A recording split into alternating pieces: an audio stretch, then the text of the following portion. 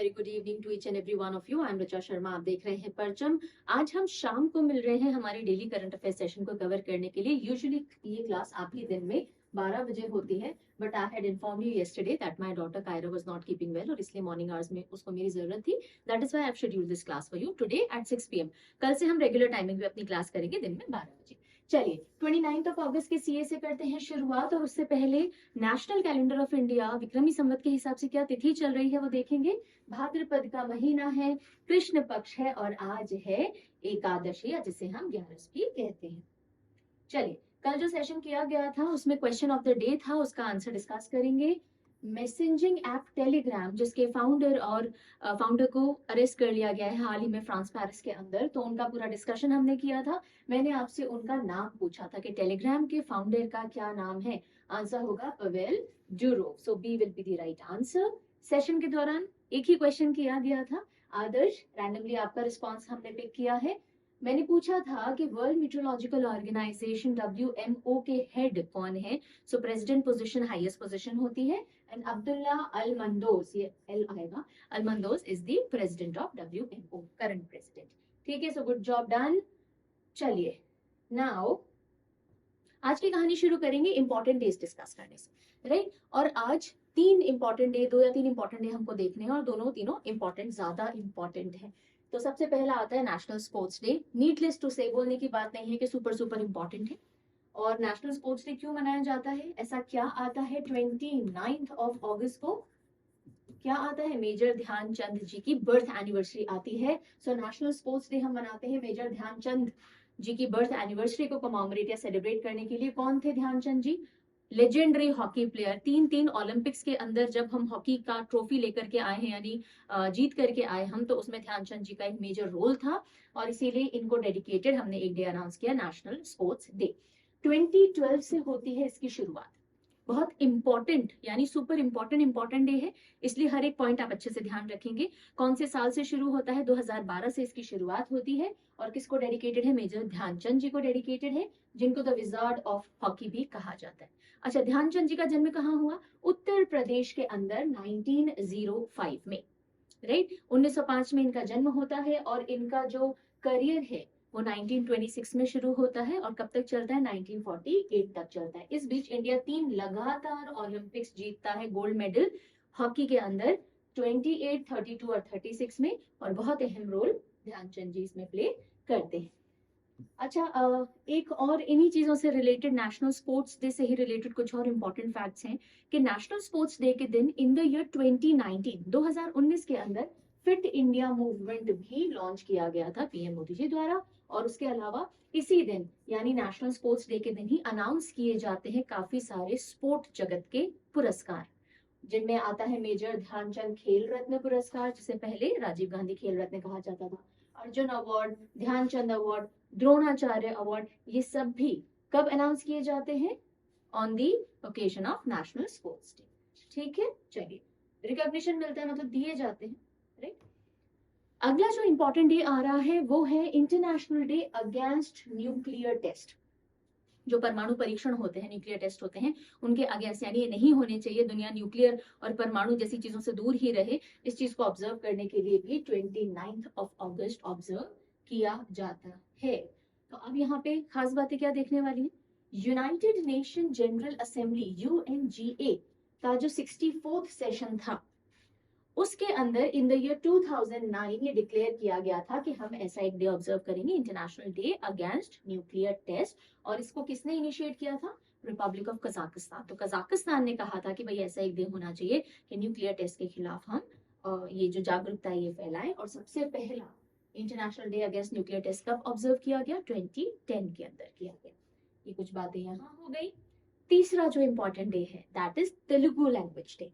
Telugu language कहाँ कहाँ मुख्य रूप से बोली जाती है? आंध्र प्रदेश एंड तेलंगाना के अंदर बोली जाती है।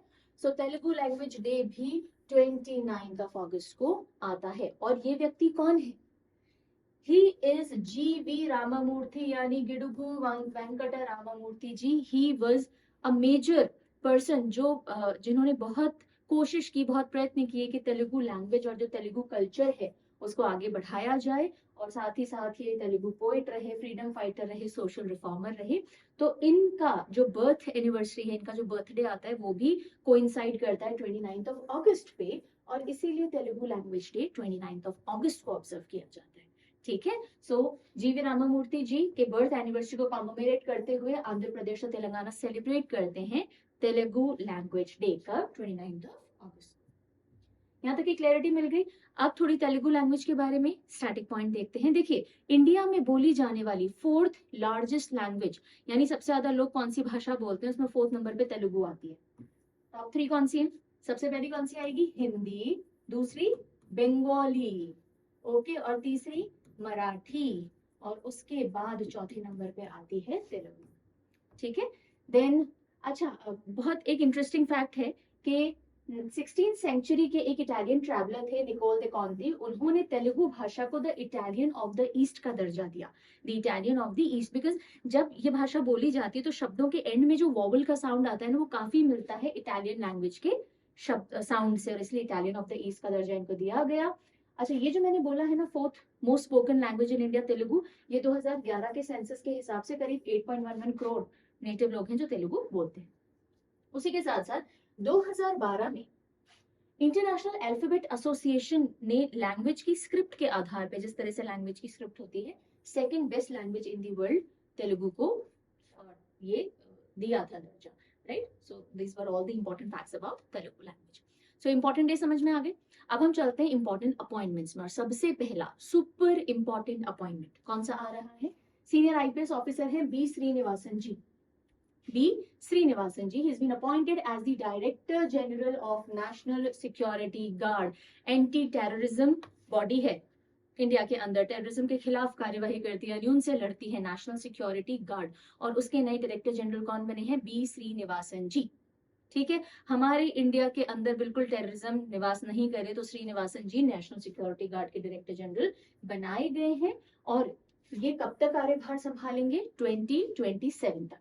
इन्होंने रिप्लेस किया है अनीश दयाल सिंह जी को। यहाँ ध्यान दीजिएगा, देखिए अनीश दयाल सिंह जी वैसे तो डायरेक्टर जनरल है सीआरपीएफ के, सेंट्रल रिजर्व पुलिस फोर्स के, लेकिन अभी उनको एडिशनल चार्ज दे रखा था नेशनल सिक्योरिटी गार्ड के डायरेक्टर जनरल का भी। क्यों दिया था? बिकॉज इनसे पहले जो प्रॉपर अपॉइंटमेंट था नलिन प्रभात जी का था, एनएसजी यानी नेशनल सिक्योरिटी गार्ड के डायरेक्टर जनरल के तौर पे, लेकिन नलिन प्रभात जी को special DGP Jammu and Kashmir police का बना के वहां भेज दिया गया।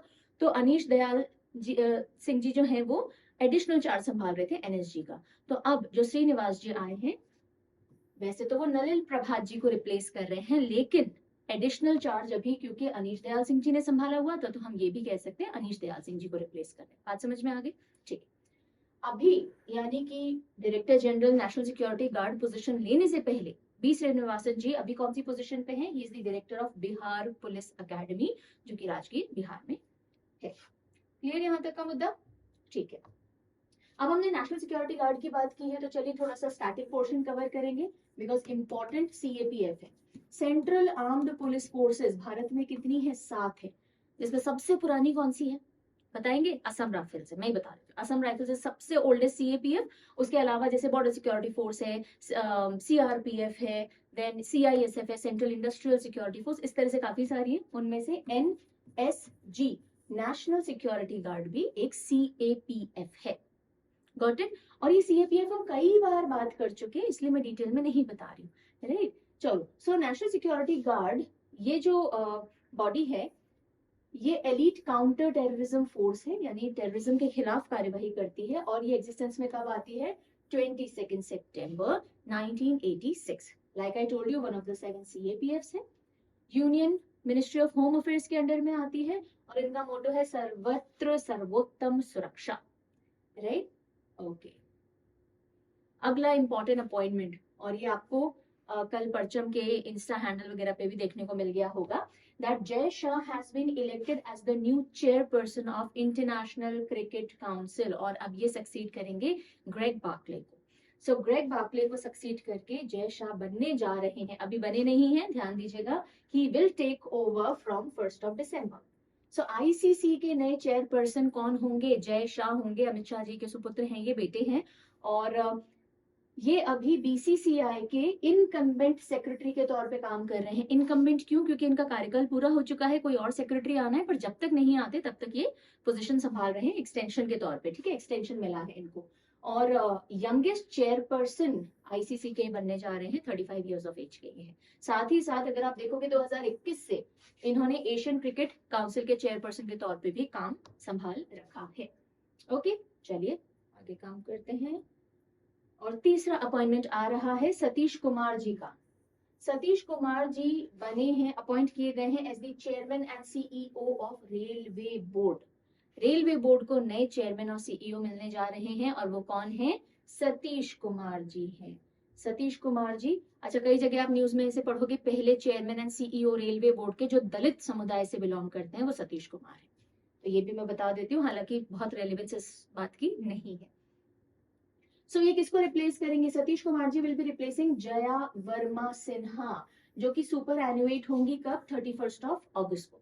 तो 1 सितंबर से सतीश कुमार जी पोजीशन ले लेंगे, और जया वर्मा सिन्हा जो बाहर जा रहे हैं रिटायर होकर के, वो पहली महिला चेयरपर्सन ऑफ रेलवे बोर्ड के तौर पे काम कर रही थी। तो ये एक और पॉइंट आपको ध्यान रखना रहेगा।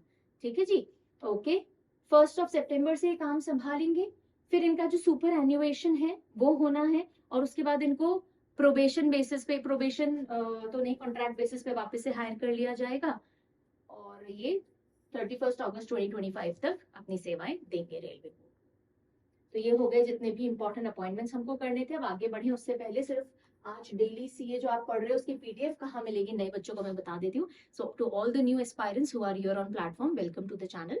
हम जो भी डेली सीए में पढ़ते हैं उसका पीडीएफ फ्री ऑफ कॉस्ट आपको परचम के टेलीग्राम पे और परचम ऐप के फ्री सेक्शन में मिल जाता है, हिंदी अलग इंग्लिश अलग। उसके अलावा कोई भी पीडीएफ चाहिए तो parchamclasses.in याद रखिएगा, यहाँ से जाके आप परचेज कर सकते हैं। वेबसाइट यूज करने के लिए ध्यान दीजिए, खुद को रजिस्टर कीजिएगा, जैसे कि आप Amazon, मिंत्रा, फ्लिपकार्ट, आजियो इन सब पे करते हो, और आपका खुद का एक प्रोफाइल बन जाएगा। जो भी कुछ आप परचेज करोगे वो आपके प्रोफाइल या फिर आपके प्रीवियस ऑर्डर सेक्शन में दिख जाएगा। ठीक है, तो परेशान होने की जरूरत नहीं है। फिर भी प्रॉब्लम आती है तो आपको कुछ नहीं करना, सिर्फ parchamclasses06@gmail.com पे मेल डालना है along with your payment receipt.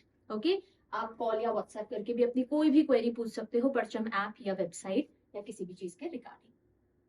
अगली जो न्यूज है अब उसके लिए हम वो है अब स्टेट कैटेगरी से। मैंने आपको ऑलरेडी जो नोटिफिकेशन डलवाया था कि आज का सेशन मिस मत कीजिएगा, बिकॉज बहुत सारी इंपॉर्टेंट न्यूज है। वो इसलिए बिकॉज एक्चुअली बहुत सारी इंपॉर्टेंट न्यूज है, कल के सेशन में इतनी सुपर इंपॉर्टेंट न्यूज नहीं आई थी हमारे पास, आज बहुत सारी है। सबसे पहले हिमाचल प्रदेश चलते हैं, और हिमाचल प्रदेश ने लॉन्च किए, ये पोस्टर गलत डला हुआ है जी, ध्यान दीजिएगा, this is a wrong poster, ये आश्रय योजना पे डला हुआ है। नो, हमें पढ़नी है मुख्यमंत्री सुख शिक्षा योजना।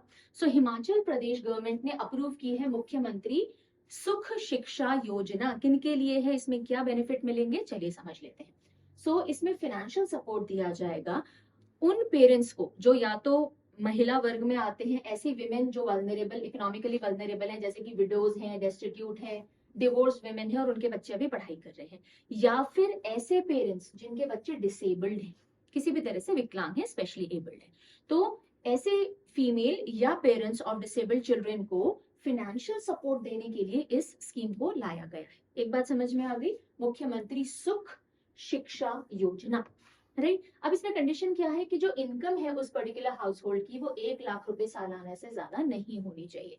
यानी अगर आप डिवोर्स फीमेल हो, डेस्टिट्यूट यानी बहुत गरीब तबके के हो, छोड़ दिए गए हो, या फिर विडो हो एक्सेट्रा, या फिर आप डिसेबल्ड बच्चों के पेरेंट हो, आपकी सालाना आय जो एनुअल इनकम है वो 1 लाख रुपए से कम है, तो आप ये बेनिफिट ले सकते हो। अब बेनिफिट क्या मिलेगा इसके अंदर, अगर आपका बच्चा 18 साल से छोटा है अभी, यानी कि अभी स्कूल कर रहा है, तो 1000 रुपी पर मंथ आपको दिए जाएंगे सरकार के द्वारा, जिसमें आप उसकी एजुकेशन, न्यूट्रिशन या हेल्थ का खर्चा बेयर कर सकते हो। और अगर बच्चा आपका 18 साल से बड़ा है, कॉलेज में है, वोकेशनल कोर्स कर रहा है, graduate, post graduate, diploma etcetera, तो उसका जो ट्यूशन फी है और हॉस्टल का खर्चा है वो सरकार बेयर करेगी। ये है मुख्यमंत्री सुख शिक्षा योजना। कौन सी सरकार? हिमाचल प्रदेश गवर्नमेंट ने। कौन है सीएम? सुखविंदर सिंह सुक्खू जी। ठीक है जी, चलिए अगली न्यूज की तरफ। अच्छा, एक और पॉइंट इसमें आता है कि इस स्कीम का मेन एम क्या है, क्यों दिया जा रहा है ये? क्योंकि देखो जो डिसेबल्ड बच्चे होते हैं वो बहुत निग्लेक्ट कर दिए जाते हैं ना, कई केसेस में उनका ध्यान ढंग से नहीं रखा जाता, तो ऐसा ना हो, चाइल्ड अब्यूज के केसेस ना हो, ट्रैफिकिंग यानी उनको बेच ना दिया जाए, जैसे गर्ल चाइल्ड के केस में बहुत हो जाता है, टीनेज मैरिजेस को अवॉइड करने के लिए। तो बच्चों का जब भार पेरेंट्स के ऊपर आता है और पेरेंट्स अगर अफोर्ड नहीं कर पाते तो इस तरह की बहुत सी हरकतें हमको सोसाइटी में देखने को मिलती हैं। ये कम हो इसलिए सरकार थोड़ा सा एक सपोर्ट दे रही है कि आप अपने बच्चे का education, nutrition, health take care कर सको। क्लैरिटी? चलिए, हिमाचल प्रदेश से अगली जो खबर आ रही है वो ये है कि हिमाचल प्रदेश ने पास किया है एक बिल। कौन सा बिल? जिससे कि विमेन की मैरिज एज 18 से बढ़कर 21 साल कर दी जाएगी। अब यहाँ पे एक चीज ध्यान दीजिएगा, बहुत से बच्चों को ये कंफ्यूजन है कि मैम सेंट्रल गवर्नमेंट के अंदर, पार्लियामेंट के अंदर भी एक ऐसा बिल आया था और उसमें कहा गया था कि 18 साल से बढ़ा के 21 साल उम्र कर दी गई है। कर दी नहीं गई है, किए जाने की बात आई थी, ये बिल टेबल किया गया था कि 18 साल से 21 साल हो जानी चाहिए, लेकिन अभी तक उसके ऊपर कोई इम्प्लीमेंटेशन नहीं आया है। ठीक है, कानून नहीं पास हुआ है, अभी एक्ट नहीं बनी है वो। लेकिन हिमाचल प्रदेश का जो असेंबली है उन्होंने पास कर दिया है एक बिल। अगेन यहाँ पे भी मैं डिस्क्लेमर दूं, अभी असेंबली में पास हुआ है, अब गवर्नर के हस्ताक्षर जाएंगे, फिर प्रेसिडेंट साहिबा की भी इसके ऊपर मुहर लगेगी। क्यों? क्योंकि सेंटर के अंदर अभी ऐसा प्रावधान नहीं है और इसलिए सेंटर और स्टेट में जब कॉन्ट्रोडिक्शन होता है तो फिर प्रेसिडेंट का अप्रूवल भी लगता है। तो हिमाचल प्रदेश ने पास कर दिया है बिल जिससे विमेन की जो मैरिज एज है 18 से बढ़कर 21 साल हो जाएगी। बॉयज की तो 21 है ही, गर्ल्स की भी 21 हो जाएगी। और इसका नाम क्या है इस बिल का? Prohibition of child marriage Himachal Pradesh amendment bill 2024। ठीक है, और ये जो बिल है ये किसको अमेंड कर रहा है? Prohibition of child marriage act, जो कि पार्लियामेंट में 2006 में पास की गई थी, जिसके अंदर जो डेफिनेशन है चाइल्ड की वो बॉय के लिए 21 साल है लेकिन गर्ल के लिए 18 थी, तो दोनों के लिए 21 साल कर दी जाएगी। एक बात ये समझ में आ गई, हिमाचल प्रदेश के जो डोमिसाइल हैं यानी जो वहीं के नागरिक माने जाते हैं उन सभी पे ये लागू होगी। आप किसी भी कास्ट, धर्म, रेस, रिलीजन को बिलोंग करते हो उससे कोई लेना देना नहीं है। अगर आप हिमाचल प्रदेश के निवासी हो, आप वहां के डोमिसाइल हो, नागरिक हो, तो आप इसके अंतर्गत आओगे। राइट, अभी शिव प्रताप शुक्ला जी जो है गवर्नर, उनको अपना हस्ताक्षर के लिए भेजा जाएगा, उसके बाद प्रेसिडेंट का अप्रूवल भी लगेगा क्योंकि सेंट्रल लेजिस्लेशन से कॉन्फ्लिक्ट है। केंद्र के अंदर क्या कानून है अभी तक कि विमेन 18, मेन 21, लेकिन यहाँ क्योंकि आप दोनों की 21 कर रहे हो इसलिए आपको प्रेसिडेंट का भी अप्रूवल लगेगा। क्लैरिटी मिल गई? चलिए, तो कौन सा स्टेट है जिसने एक बिल पास किया है विमेन की एज 18 से 21 करने का, मैरिज की? तो आंसर हो जाएगा हिमाचल प्रदेश। राइट, तीसरी न्यूज जो स्टेट से आ रही है वो है राजस्थान और एमपी सरकार ने की श्री कृष्ण गमन पथ बनाने की घोषणा। श्री कृष्ण गमन पथ, श्री कृष्ण गमन पथ बनाया जाएगा, ऐसा अनाउंसमेंट किया है राजस्थान और मध्य प्रदेश की गवर्नमेंट ने। और इन्होंने कहा है हम साथ मिलकर के इस श्री कृष्ण गमन पथ को बनाएंगे। गमन यानी श्री कृष्ण जी जहां पैदा हुए और वहां से वो कहां कहां गए, गमन यानी जाना, moving from one place to another. Right, so इसका एम है कि जो बर्थ प्लेस है कृष्ण जी की, कहां?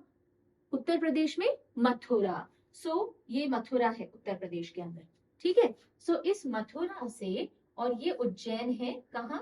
मध्य प्रदेश के अंदर, बीच में ये राजस्थान आता है। मथुरा से उज्जैन को कनेक्ट करने के लिए, उज्जैन कहाँ? उज्जैन जहाँ पे संदीपनी आश्रम था, जहाँ कृष्ण जी ने अपनी शिक्षा दीक्षा सब ली थी, यानी एजुकेशन हासिल की थी। राइट, मथुरा इन उत्तर प्रदेश को उज्जैन इन मध्य प्रदेश से कनेक्ट करने के लिए ये श्री कृष्ण गमन पथ का निर्माण किया जाएगा और उसके अंदर राजस्थान और मध्य प्रदेश सरकार एक दूसरे का सहयोग करेंगे। राइट, राजस्थान के सीएम कौन है? भजनलाल शर्मा जी है। मध्य प्रदेश के अभी कौन है? मोहन यादव। अगली न्यूज के लिए अब हम चलते हैं उत्तर प्रदेश। उत्तर प्रदेश से दो खबरें हैं। पहली खबर क्या आती है?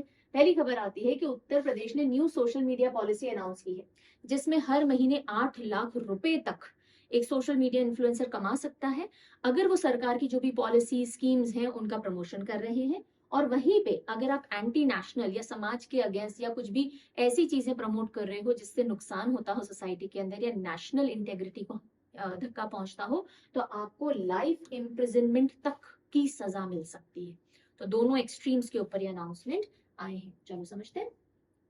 UP digital media policy 2024, UP digital media policy 2024, जिसमें 8 लाख रुपए मंथली तक की इनकम मिलेगी सरकार की पॉलिसीज को प्रमोट करने के लिए, और लाइफ इम्प्रिजनमेंट यानी आजीवन कारावास तक की सजा मिलेगी एंटी नेशनल कंटेंट अगर आप डाल रहे हो। ठीक है जी, ओके।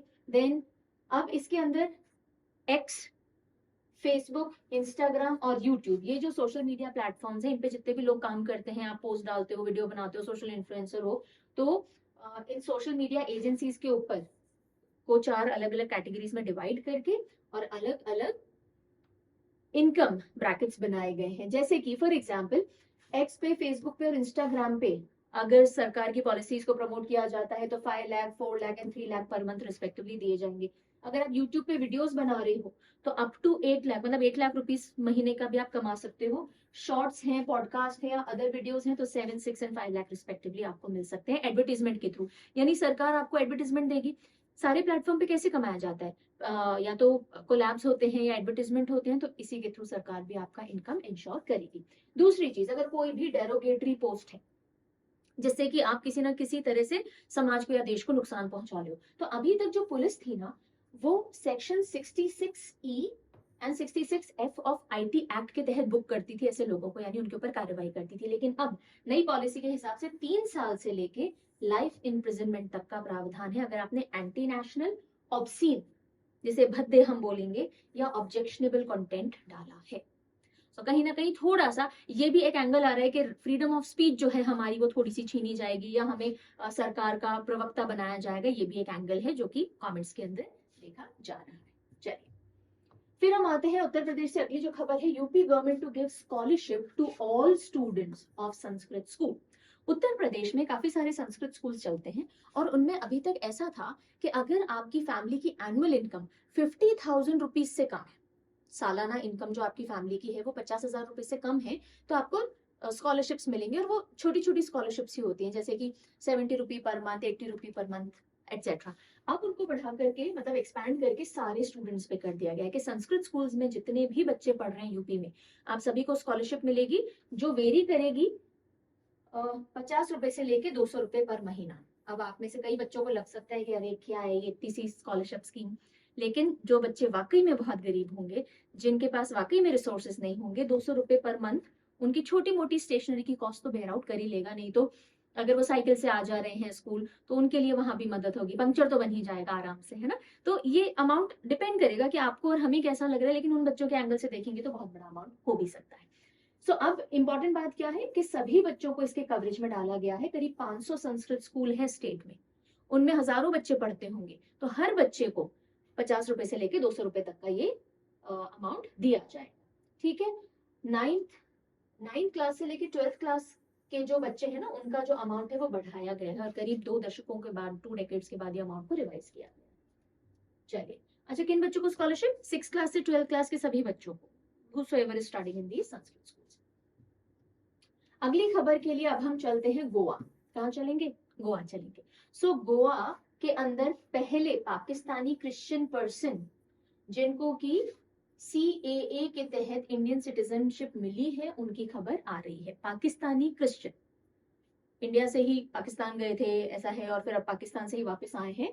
तो पहले गोवन सिटीजन जिनको CAA के तहत, यानी कि सिटीजनशिप अमेंडमेंट एक्ट के तहत भारतीय नागरिकता मिली है गोवा के अंदर, वो कौन बने हैं? जोसेफ फ्रांसिस ए परेरा। जोसेफ फ्रांसिस ए परेरा पाकिस्तान से क्रिश्चियन है जो कि भारत में आए। अब ये क्या है CAA, थोड़ा सा रिवाइज कर लेते हैं फटाफट से। अगर आप माइनॉरिटी, हमारे 3 पड़ोसी देश हैं जो कि मुस्लिम मेजोरिटी वाले कंट्रीज हैं, बांग्लादेश, अफगानिस्तान और पाकिस्तान। अगर आप इन 3 देशों में माइनॉरिटी, रिलीजियस माइनॉरिटी में आते हो, यानी कि आप हिंदू हो, आप बुद्धिस्ट हो, सिख हो, क्रिश्चियन हो, पारसी हो, जैन हो, यानी मुस्लिम छोड़ के अगर आप कोई भी धर्म के व्यक्ति हो, और अगर आप भारत में आकर के शरण लेते हो और ये आपने किया है 31 दिसंबर 2014 से पहले, यानी आप उन देशों को छोड़ के भारत आ चुके हो 31 दिसंबर 2014 तक, तो आप एलिजिबल होते हो भारत की नागरिकता लेने के लिए, प्रोवाइडेड आप वहां की सिटीजनशिप छोड़ दो, क्योंकि हम डुअल सिटीजनशिप पे वर्क नहीं करते। आप या तो इंडियन नेशनल बन सकते हो या कहीं और के नेशनल बन सकते हो। ठीक है, तो ऐसे में जोसेफ फ्रांसिस ए परेरा पाकिस्तान से क्रिश्चियन थे जो कि भारत आए और उनको गोवा के अंदर पहली सिटीजनशिप मिली है। क्लियर? चलिए, अब ये तो स्टेट न्यूज खत्म हो गई, अब हम चलते हैं सेंट्रल लेवल की न्यूज के ऊपर। पहली खबर क्या आ रही है? पहली खबर आ रही है प्रधानमंत्री जन धन योजना से रिलेटेड। प्रधानमंत्री जन धन योजना को कंप्लीट हो चुके हैं 10 years ऑफ इम्प्लीमेंटेशन।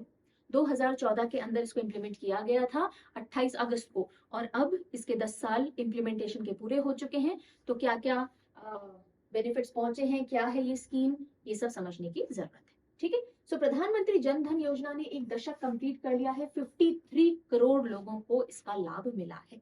देखो, सेंट्रल गवर्नमेंट स्कीम्स हो या स्टेट स्कीम्स हो, दो तीन तरह से एग्जाम में पूछी जाती है।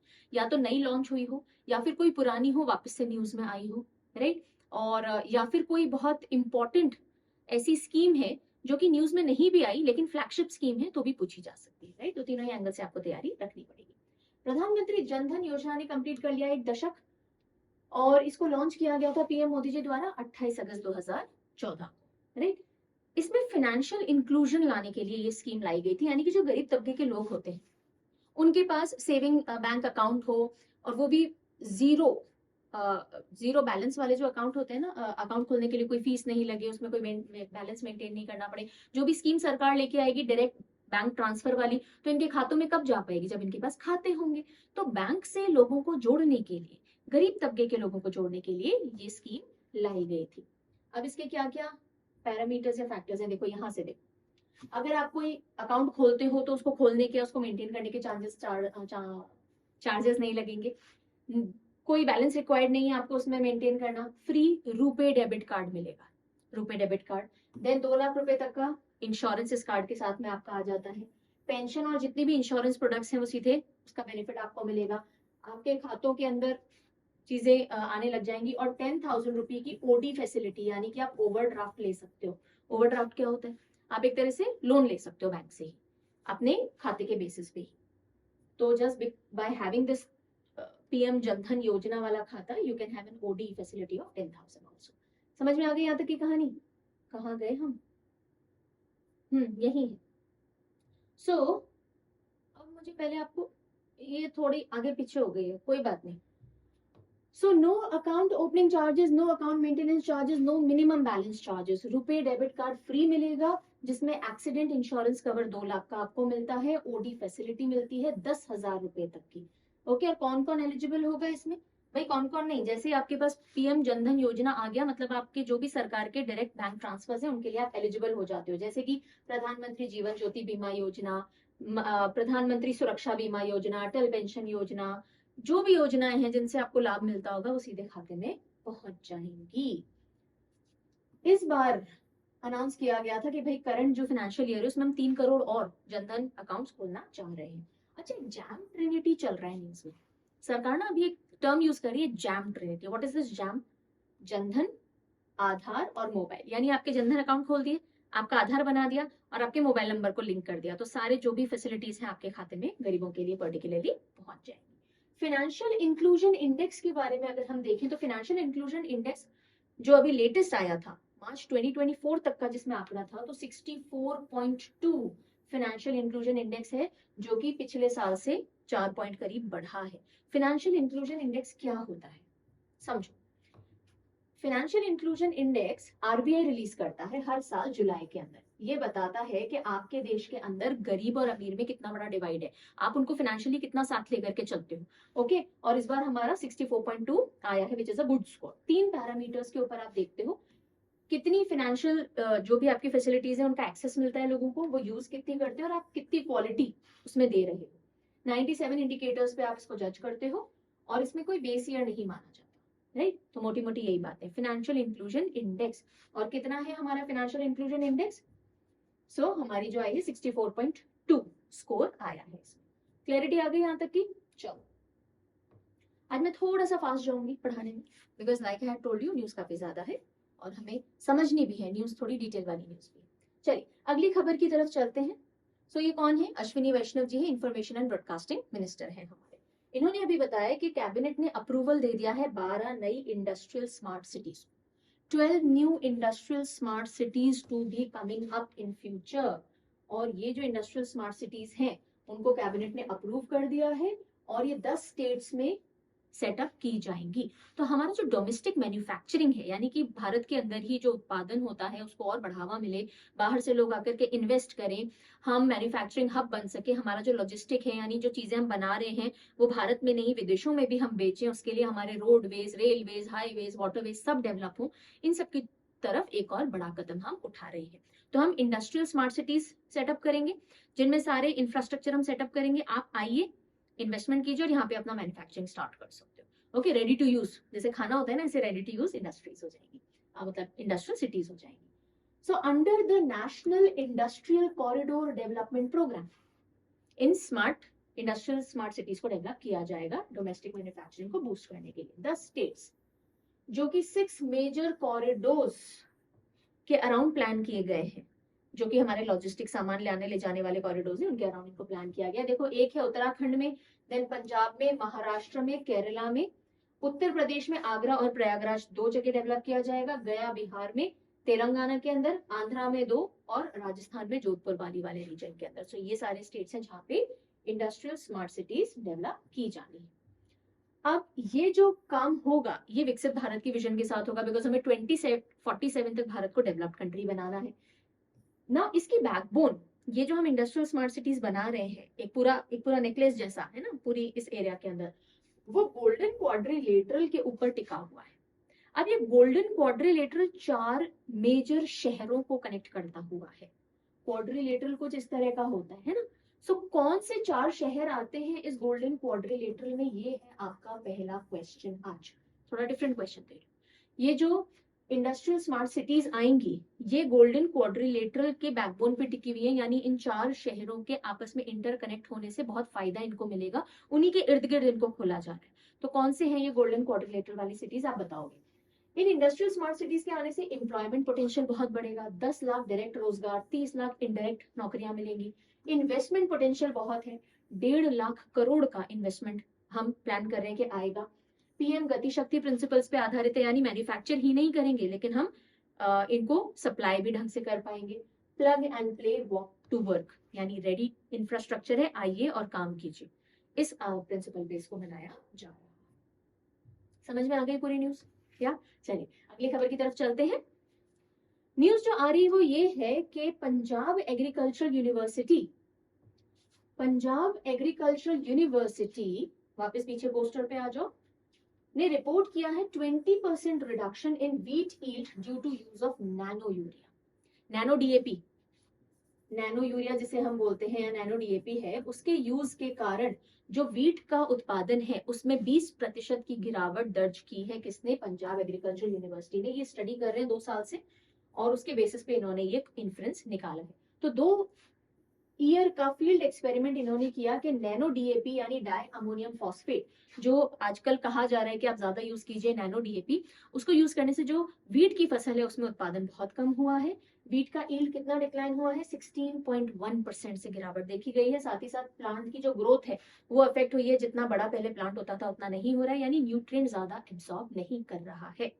ओके, और व्हाट एल्स, जो कन्वेंशनल डीएपी है, जो नाइट्रोजन फर्टिलाइजर्स ओरिजिनली यूज किए जाते थे जिसे हम डीएपी बोलते हैं, सो जो ट्रेडिशनल डीएपी है उसके मुकाबले जब आप नैनो डीएपी यूज कर रहे हो तो प्लांट का जो ग्रोथ है वो और उसका जो उत्पादन है, यील्ड है, दोनों कम हो रहे हैं। तो अब सरकार को सोचने की जरूरत है कि क्योंकि हम बहुत पॉलिसी लेके आ रहे हैं, नैनो डीपी को बहुत प्रमोट कर रहे हैं, तो इसको करना चाहिए, इसमें कुछ चेंजेस लाने चाहिए। क्या करना चाहिए? हमारी फर्टिलाइजर स्ट्रैटेजी क्या है सरकार की?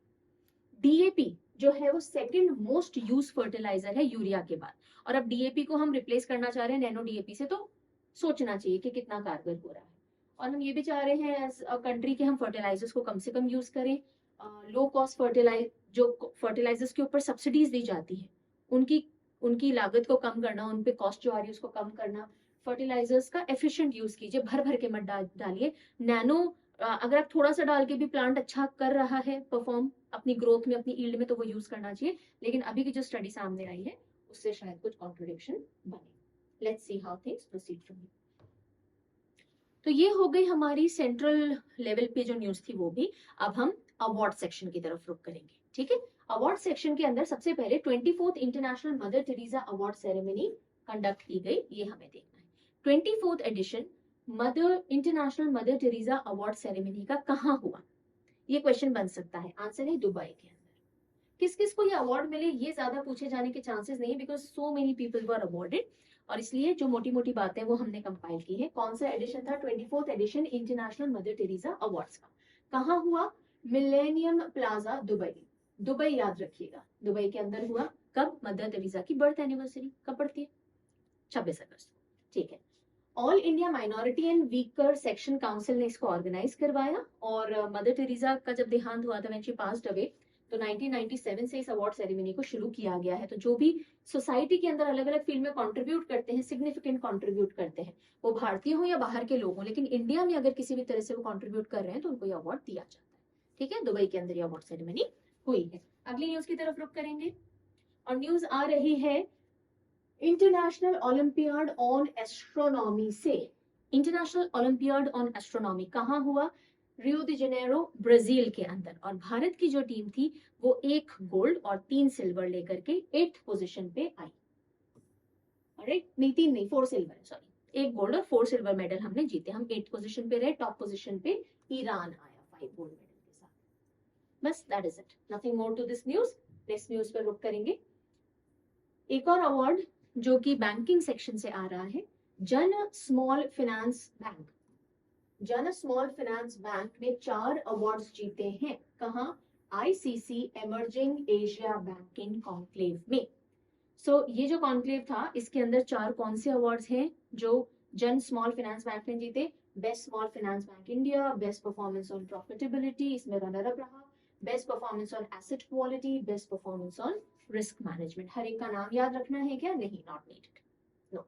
आपको सिर्फ इतना ध्यान रखना है, जन स्मॉल फाइनेंस बैंक है जिसने 4 अवार्ड जीते हैं आईसीसी इमर्जिंग बैंकिंग कॉन्क्लेव के अंदर। और ये जो बैंक है, ये कहाँ हेडक्वार्टर्ड है? बेंगलुरु के अंदर।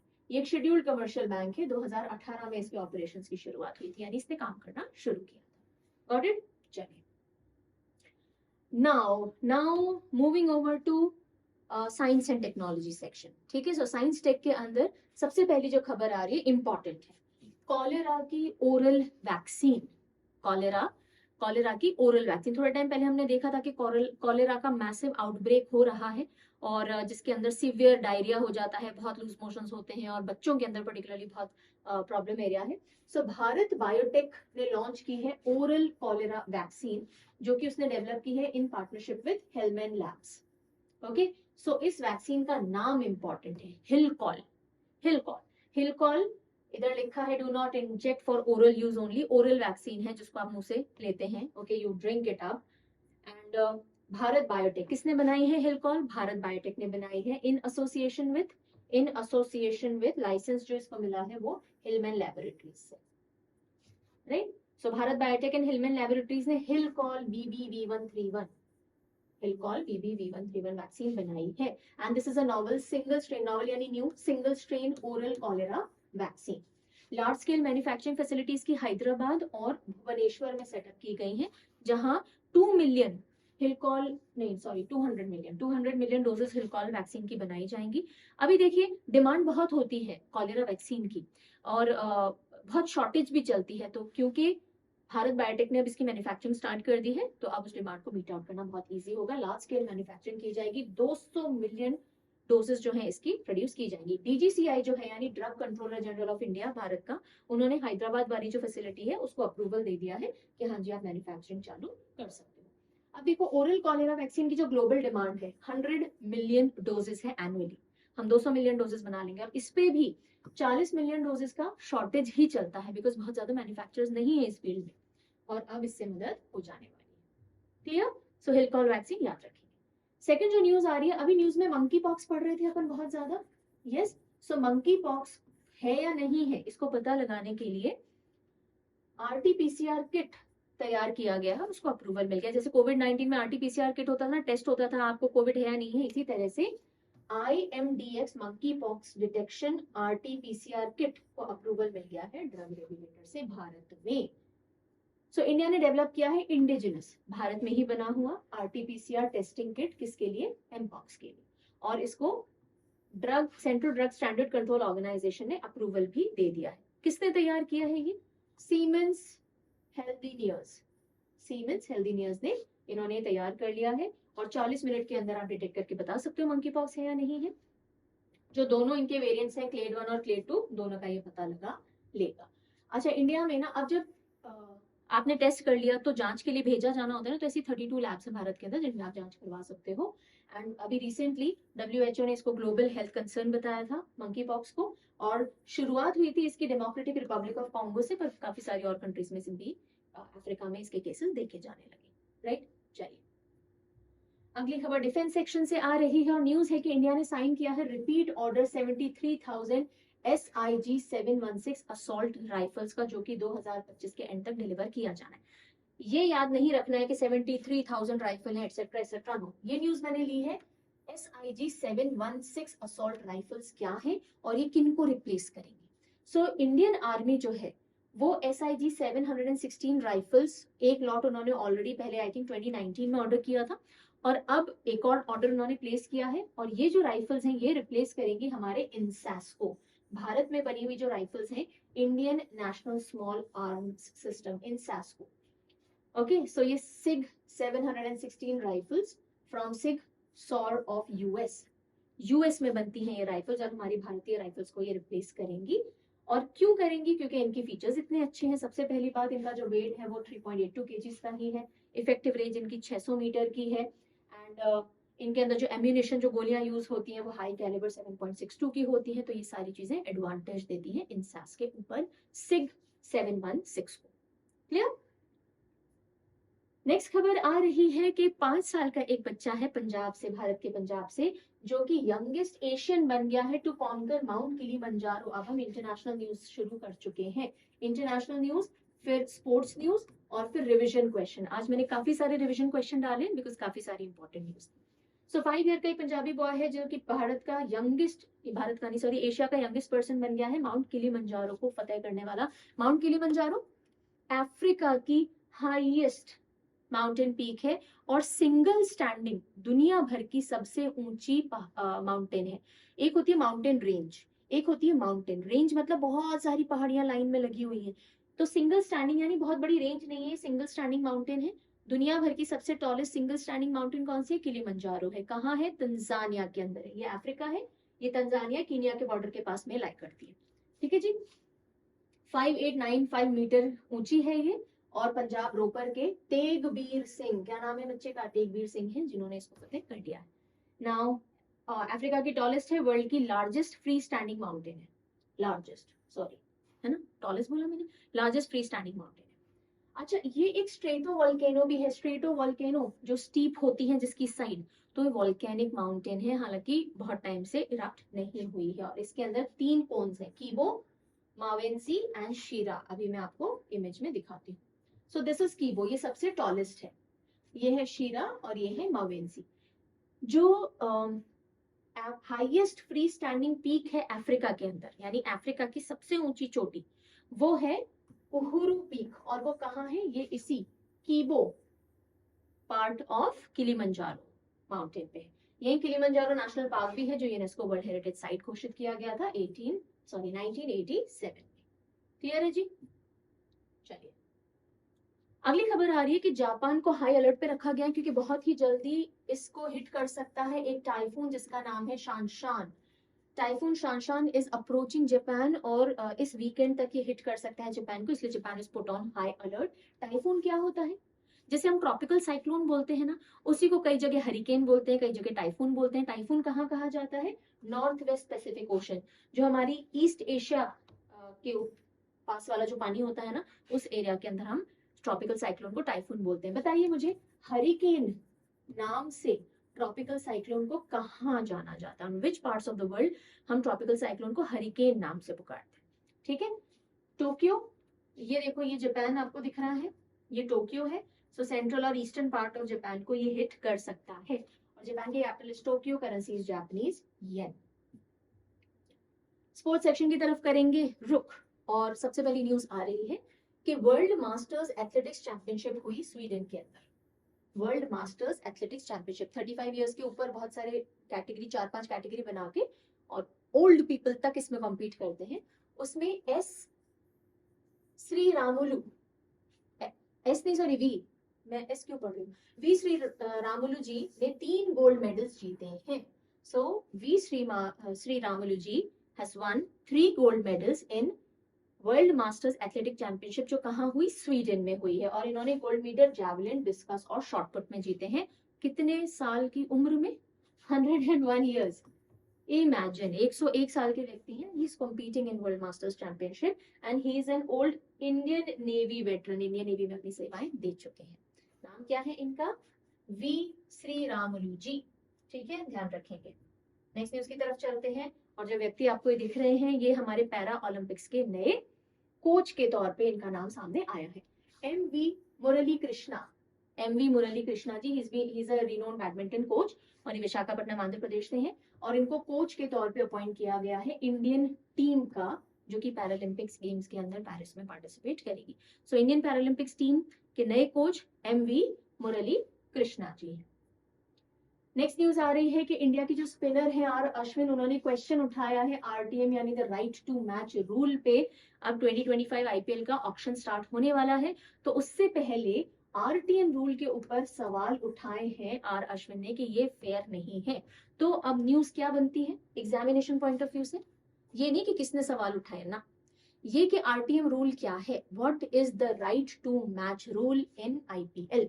सो देखिए, आईपीएल में क्या होता है, फ्रेंचाइज होती है, जैसे हैदराबाद सनराइजर्स है, राजस्थान रॉयल्स, ऐसे अलग अलग फ्रेंचाइज होती है, वो अपने अंडर में टीम बनाती है। तो अगर उन्हें अपनी टीम के प्लेयर्स को रिटेन करना है अगले सीजन, इस सीजन मैच हो गया, अगले सीजन होगा, अगर वो चाहते हैं मेरे XYZ प्लेयर मेरे पास रहे, तो कुछ प्लेयर्स को रिटेन करने का ऑप्शन होता है। सारे प्लेयर्स को आप रिटेन नहीं कर सकते, 4 से 5 को कर सकते हो। कुछ प्लेयर्स को आप ऑक्शन में जाने देते हो, ऑक्शन में जाना है नहीं, नीलामी में जाना। बोली लगाइए कौन सा प्लेयर किस फ्रेंचाइजी को खरीदना है, ठीक है। सामने वाली टीम बोली लगाती है, मान लीजिए उन्होंने बोला 2 करोड़ रुपए, और आपने मान लीजिए मैं हूं प्लेयर और मैं ऑक्शन में उतरी हुई हूँ, मेरी टीम मेरी फ्रेंचाइज ने मुझे ऑक्शन में डाल दिया, रिटेन नहीं किया, उन्होंने बोला कि जो इसको खरीदना चाहे खरीद लो भाई, बोली लगाओ और एक प्लेयर को ले जाओ। सामने वाली टीम ने 2 करोड़ रुपए लगाए, लेकिन जिस टीम की मैं ओरिजिनली थी, मान लीजिए मैं राजस्थान रॉयल को बिलोंग करती थी, तो राजस्थान रॉयल के पास में ये एक बेनिफिट होता है कि आप 2 करोड़ की बोली को बराबर करके और मुझे रिटेन कर सकते हो। मतलब आपने पहले रिटेन नहीं किया, आपने मुझे ऑक्शन में जाने दिया मुझ प्लेयर को, लेकिन कोई भी टीम अगर मुझे बाई करना चाहे ऑक्शन के अंदर बिड लगा के, तो आप इक्वल बिड के साथ अपने पास रिटेन कर सकते हो। ये होता है the right to match rule, यानी आप सामने वाले की बिड को मैच करके अपने पर्सन को अपने पास रिटेन कर सकते हो।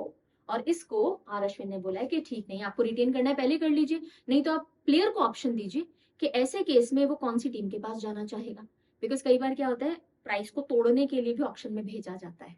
बहुत सारे दावपेच होते हैं आजकल, आईपीएल ऐसे ही सिर्फ खेल नहीं रह गए, बहुत स्ट्रेटेजिक और पैसा कमाने का जरिया भी है ना। सो आरटीएम रूल एक ऐसा रूल है जिसकी हिसाब से फ्रेंचाइज जो है वो अपने प्लेयर को रिटेन कर सकती है, अपने पास रख सकती है, जो प्रीवियस सीजन में उसके साथ खेले थे, लेकिन जिनको उन्होंने ऑक्शन के पहले रिटेन नहीं किया। ओके, तो अगर जो हाईएस्ट बिड लगी है किसी भी फ्रेंचाइज ने लगाई है, आप उनकी बिड को मैच कीजिए और उस प्लेयर को अपने पास रख लीजिए। ये जो रूल है 2014 में इंट्रोड्यूस हुआ था, लेकिन अभी 2018 से यूज में नहीं आ रहा है, लेकिन अब अपकमिंग ऑक्शन के अंदर इसको वापस लाए जाने की बात चल रही है, इसलिए ये आपत्ति जाहिर हुई है। क्लियर जी? चलिए आखिरी खबर है, if I am not wrong, David Milan या Milan, I am not a huge cricket fan, so मुझे सबके नेम्स के प्रोनाउंसिएशन नहीं पता होते हैं, आई एम कन्फेसिंग इट, ठीक है। मेरे वीक पॉइंट्स मुझे पता है, पर फिर भी हम काम तो चला लेते हैं ना, ऐसे हो सकता है आपके भी कुछ वीक एरियाज हो, तो छोड़ नहीं देना, न्यूज तो पकड़ में रखिएगा। हो सकता है बहुत अच्छे से समझ नहीं आया, बहुत अच्छे से याद नहीं हो, पर मेहनत तो कीजिएगा उस पर।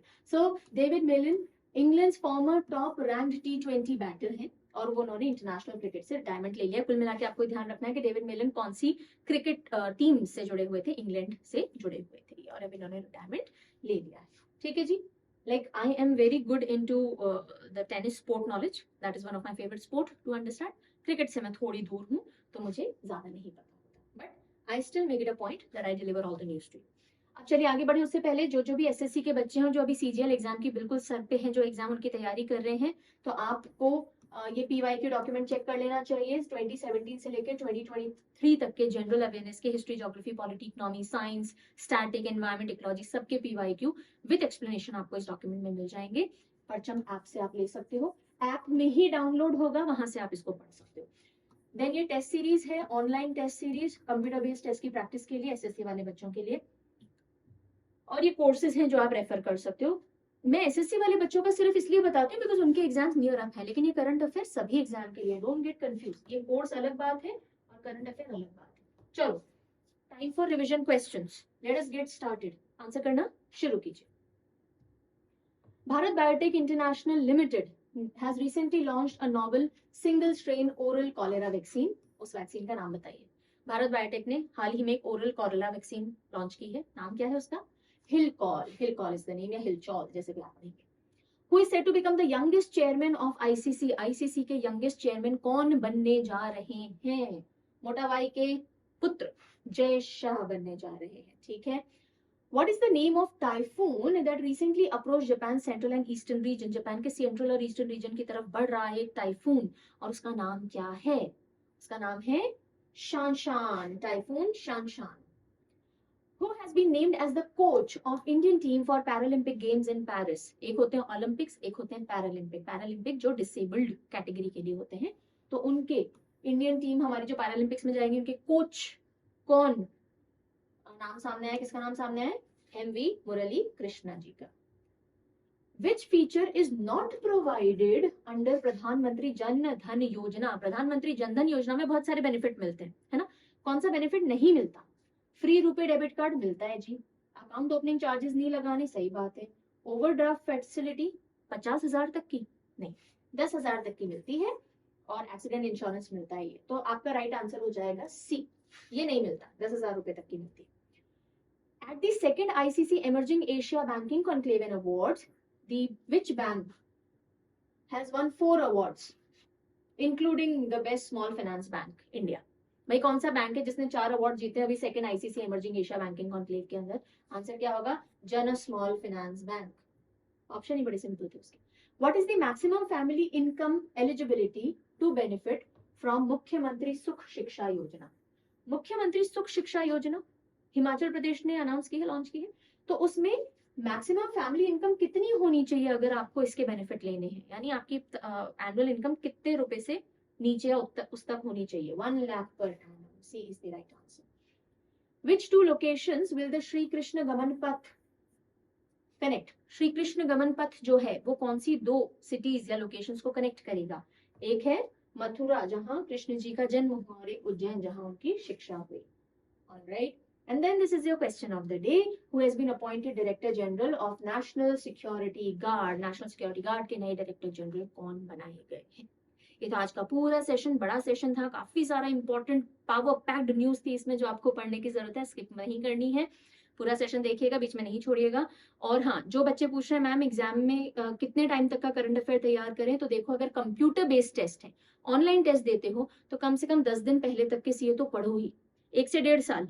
लेकिन कब तक के पढ़े मैम? अगर सितंबर में एग्जाम है, अगस्त में ही बंद कर दें या अभी बंद कर दें, 10 days बिफोर योर एग्जामिनेशन तब तक के सीए पढ़िए। अगर आप पेपर बेस्ड टेस्ट दे रहे हो तो 15-20 दिन पहले बंद कर सकते हो, ठीक है जी। चलिए, था आज का सेशन, कल मिलेंगे दिन में 12 बजे। Take good care of yourself, have a happy evening, bye bye.